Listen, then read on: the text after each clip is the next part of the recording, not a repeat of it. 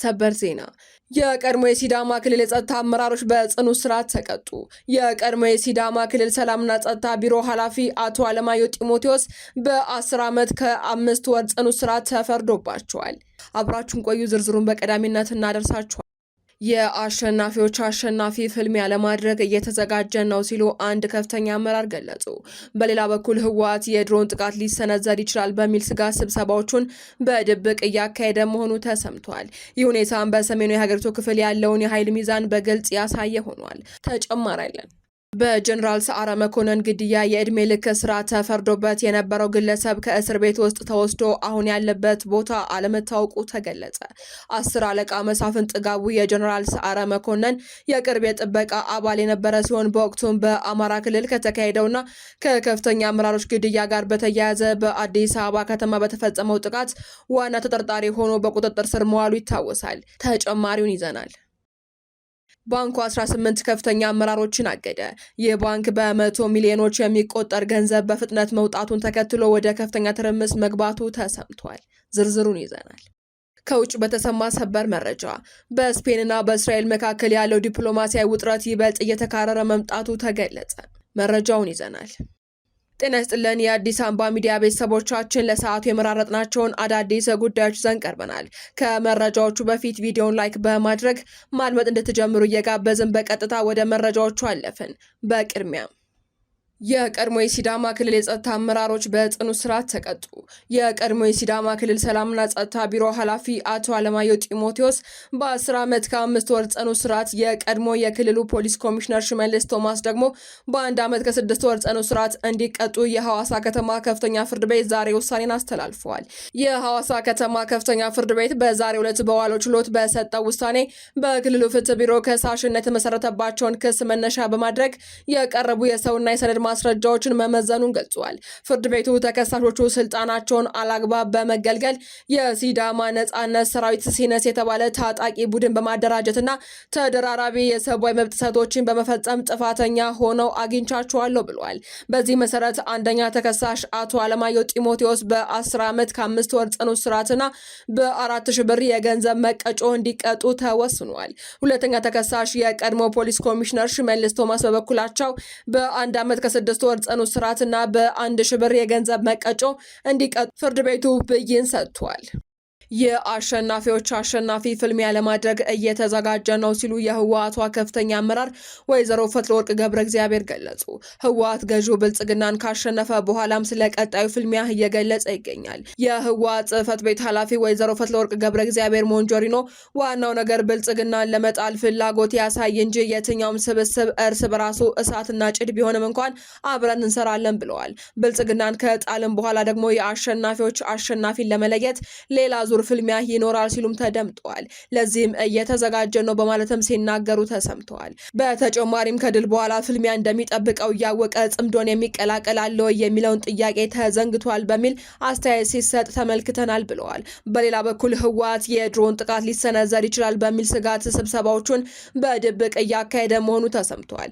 ከፍተኛ የህወሓት መሪዎች በድሮን የሚሰነዘር ጥቃት ስጋት ምክንያት መደበኛ ስብሰባዎቻቸውን በድብቅ የመሬት ውስጥ ቦታዎች እያደረጉ መሆናቸው የመቀሌ ምንጮች አረጋግጠዋል። ይህ የቡድኑ እርምጃ የአመራሩን ደህንነት ለማረጋገጥና ከአየር ላይ የሚሰነዘር ወታደራዊ ጥቃትን ለመከላከል ያለመ ነው ተብሎለታል። የካቢኔና የምክር ቤት ስብሰባዎችን በከፍተኛ ሚስጥራዊ የመሬት ውስጥ ሰፈሮች ስብሰባ እየተካሄደ መሆኑ ታውቋል።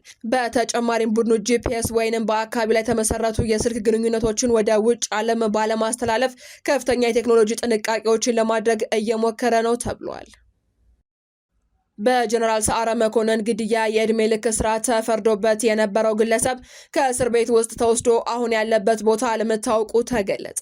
10 አለቃ መሳፍን ጥጋቡ የጀነራል ሰዓረ መኮንን የቅርብ የጥበቃ አባል የነበረ ሲሆን በወቅቱ በአማራ ክልል ከተካሄደውና ከከፍተኛ አመራሮች ግድያ ጋር በተያያዘ በአዲስ አበባ ከተማ በተፈጸመው ጥቃት ዋና ተጠርጣሪ ሆኖ በቁጥጥር ስር መዋሉ ይታወሳል።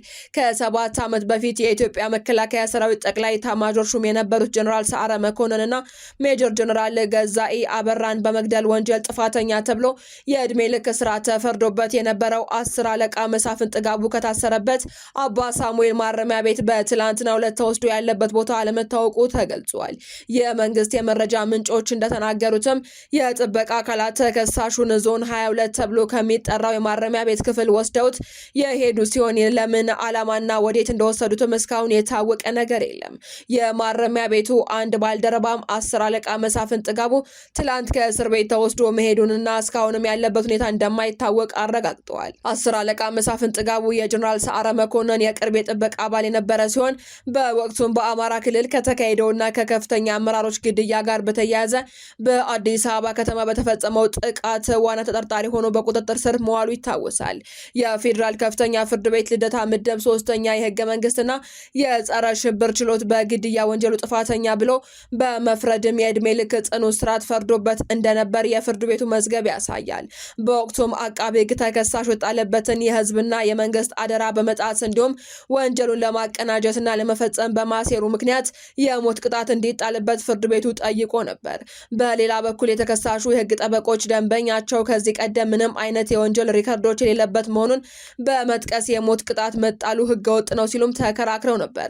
ፍርድ ቤቱም የቀረቡትን ማቅለያዎችና ማክበጃዎች መዝኖ በመጨረሻም 10 አለቃ መሳፍንት ጥጋቡ በዕድሜ ልክ እስራት እንዲቀጣ ውሳኔ አስተላልፎ ወደ አባ ሳሙኤል ማረሚያ ቤት እንዲላክ አድርጎት ነበር። አሁን ላይ ተከሳሹ በጽኑ እስራት ላይ እያለ ድንገት ከማረሚያ ቤት ተወስዶ ያለበት ቦታ አለመታወቁ በጉዳዩ ተከታታዩ ዘንድ ጥያቄን ፈጥሯል። የጸጥታ አካላትም ተከሳሹን ለምን እንደወሰዱትና አሁን የት እንደሚገኝ እስካሁን ከየማረሚያ ቤቱ ወይንም ከሚመለከታቸው የመንግስት አካላት የተሰጠ ይፋዊ መግለጫ የለም። ባንኩ 18 ከፍተኛ አመራሮችን አገደ። ግሎባል ባንክ በመቶ ሚሊዮኖች የሚቆጠር ገንዘብ በፍጥነት መውጣቱን ተከትሎ ወደ ከፍተኛ ትርምስ መግባቱ ተገልጿል። የባንኩ ዳይሬክተሮች ቦርዱ ከባለ አክሲዮኖች በተደረገ ተነሳሽነት ባካሄደው ምርመራ ፕሬዝዳንቱ ዶክተር ተስፋዬ ቦሮኖ አንድ የቦርድ አባልና 17 የስራ ኃላፊዎችን ጨምሮ 18 ከፍተኛ አመራሮችን ከስራ አግዷል። ፕሬዝዳንቱ ከሀገር ውጭ በመሆናቸው ለሌላ አካል ሰጥተውት የነበረው ውክልናና ቦርዱን በማሻር አቶ ሳህለ ሚካኤል መኮንን ጊዜያዊ ፕሬዝዳንት አድርጎ ሰይሟል። ባለፈው ሐሙስ በስካይላይት ሆቴል በተካሄደውና 50 ባለ አክሲዮኖች በተገኙበት ስብሰባ ላይም በተተኪ አመራሮች ስየማ ላይ ውዝግብ በመነሳቱ ያለ ስምምነት መጠናቀቁን የወጡ ዘገባዎች አመላክተዋል። ይህ ችግር የተከሰተውን ባንኩ ሀብቱ በ42% አድጎ 34.43 ቢሊዮን ብር መድረሱን ባስታወቀበት ማግስት ነው። ከውጭ በተሰማ ሰበር መረጃ በስፔንና በእስራኤል መካከል ያለው ዲፕሎማሲያዊ ውጥረት ይበልጥ እየተካረረ መምጣቱ ተገለጸ። በስፔንና በእስራኤል መካከል ያለው ዲፕሎማሲያዊ ውጥረት ይበልጥ እየተካረረ በመጣበት በአሁኑ ወቅት የስፔን የህፃናትና ወጣቶች ሚኒስቴር በእስራኤል መንግስት ላይ እጅግ ጠንካራና የበረታ ወቀሳ ሰንዝረዋል። ሚኒስትሯ ማድሪድ በእስራኤል ላይ የምታቀርበውን ትችት በተመለከተ በሰጡት አስተያየት እኛ የስም ማጥፋት አልፈጸምንም፣ ገጽታችሁን ገለጽን እንጂ እናንተ የዘር ማጥፋት ፈጻሚ ወንጀለኛ የመንግስት ናችሁ ሲሉም የእስራኤልን አካሄድ አጥብቀው ኮንነዋል። የአስተያየት የተሰጠውም ስፔን በጋዛ እየተካሄደ ያለውን ወታደራዊ እርምጃ በተደጋጋሚ ስትቃወምና እስራኤል ዓለም አቀፉ የሰብአዊ መብት ህጎችን ጥሳለች በማለትም ተጠያቂ እንድትሆን በጽኑ ስትጠይቅ በቆየችበት ማዕቀፍ ውስጥ ነው። የማድሪድ ባለስልጣናት የሚያሰሙት ይህ መሰል ተከታታይና ጠንካራ ወቀሳ በሁለቱ ሀገራት መካከል ያለውን ግንኙነት ይበልጥ እንዲሻክርና ውጥረቱ እንዲባባስ ማድረጉም ተዘግቧል። ዜናዎቻችን አበቃን። በሰላም ቆዩን።